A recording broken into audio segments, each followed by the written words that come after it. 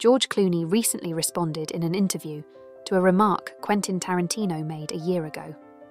The remark Tarantino made was that Clooney was not a movie star.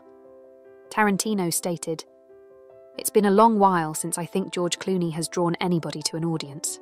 Tarantino also stated, "When was the last time that he had a hit in this millennial?" In a recent GQ interview with his Wolf's co-star Brad Pitt, Clooney responded saying, "Quentin said some shit about me recently, so I'm a little irritated by him."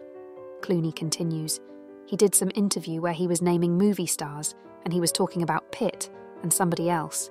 And then this guy goes, 'Well, what about George?'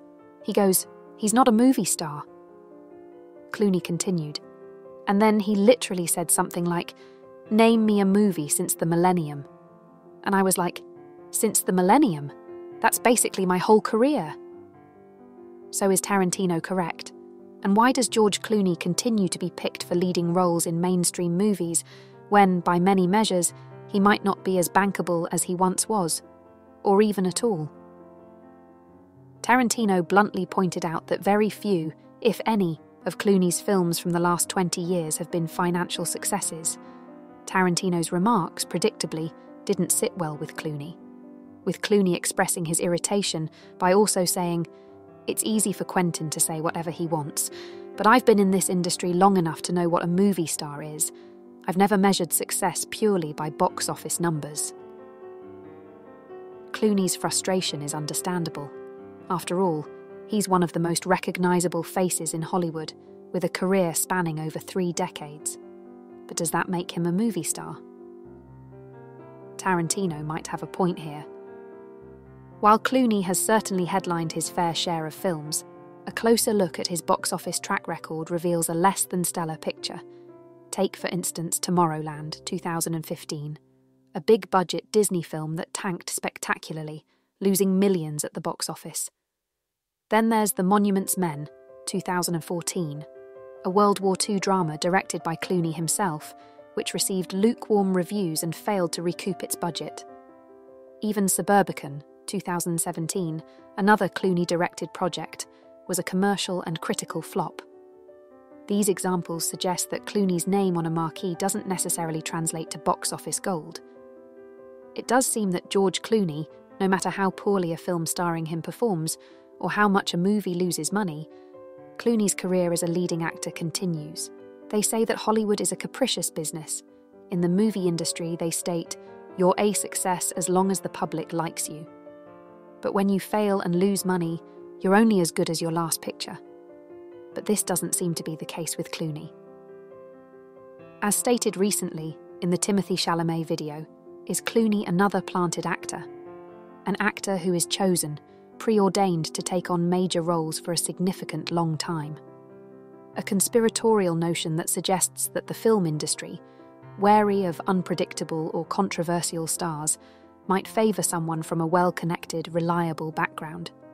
This safe choice would theoretically ensure that an actor remains compliant, professional and uncontroversial, particularly when handling the pressures of fame and media scrutiny.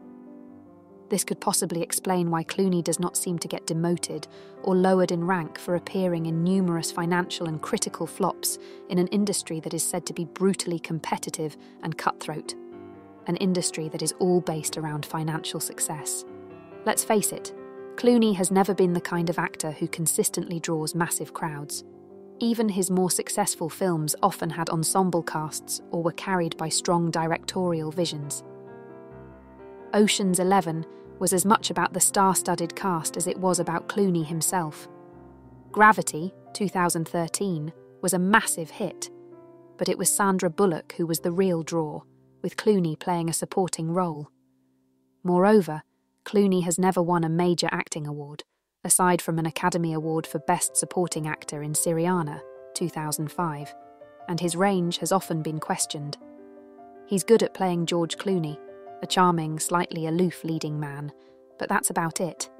He's not a Daniel Day-Lewis who can disappear into a role, or a Leonardo DiCaprio who brings intensity to every performance.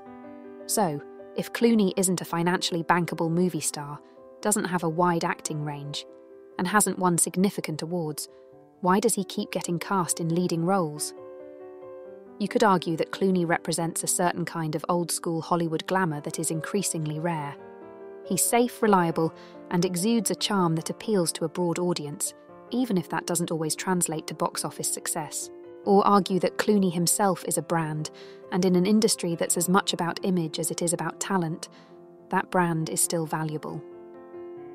Directors and producers know what they're getting with Clooney, and sometimes that predictability is worth more than the gamble of casting a lesser-known actor with more upside. But then again, if directors and producers know what they are getting with Clooney, they should know they are getting a leading man whose films for the last 20 years have been financial failures. You would imagine this would stop him getting that many offers, as money talks in Hollywood. And it seems mysterious to me why an actor whose films continue to be mediocre and lose money still continually gets chosen to be a leading man. What is your opinion on Clooney? Is Tarantino correct in this instance? Let us know in the comments.